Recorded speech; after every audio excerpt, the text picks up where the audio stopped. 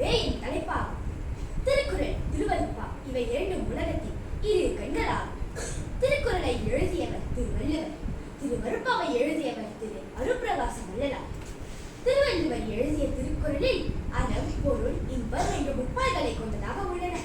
உலக உயிர்கள் எப்படி வாழ வேண்டும் என்பதனை அறிவுறுத்தி எழுதப்பட்ட நூலாகும்.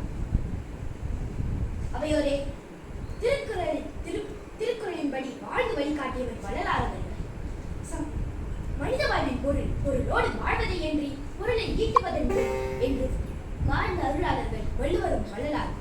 சமய அடையாளமின்றி வள்ளுவர் சொன்ன திருக்குறளில் உள்ள ஒப்பால் உலக பொதுமறை என புகழப்படுகிறது.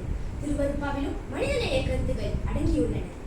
திருக்குறளும் திருவருட்பாவும் எளிமையானவை, கவி நடை அழகானது, மேலும் மனிதநேயம் சார்ந்தது. இவை இரண்டும் அறத்தின் வலிமையை அழுத்தமாக பதிவு செய்தவையாகும். இறைவன் எல்லாவற்றிற்கும் முதன்மையானவன் என்ற கருத்தாகும். இவை இரண்டும் பொதுவானது. அவையோரே திருக்குறளும் திருவருட்பாவும் அழுக்கார் அவை குழி இன்னாச்சொல் என்ற நான்கையும் விளக்க கூறியுள்ளது. கொல்லாமையையும் உண்ணாமையையும் நெறியாக கொள்ளவும், ஈகையை உயர்வாகவும், தவறான உணவு பழக்க வழக்கமே நோய் வருவதற்கு காரணிகள் என மீள வழி சொல்லக்கூடியவை திருக்குறளும் திருவருட்பாவும் ஆகும். ஆக உள்ளுவதெல்லாம் உயர்வுள்ளல் என்று வாழ்ந்த இருவரின் வாழ்வியல் இலக்கியங்கள் உயரிய நெறியை கொண்டுள்ளவை என கூறி விடைபெறுகிறேன். நன்றி, வணக்கம்.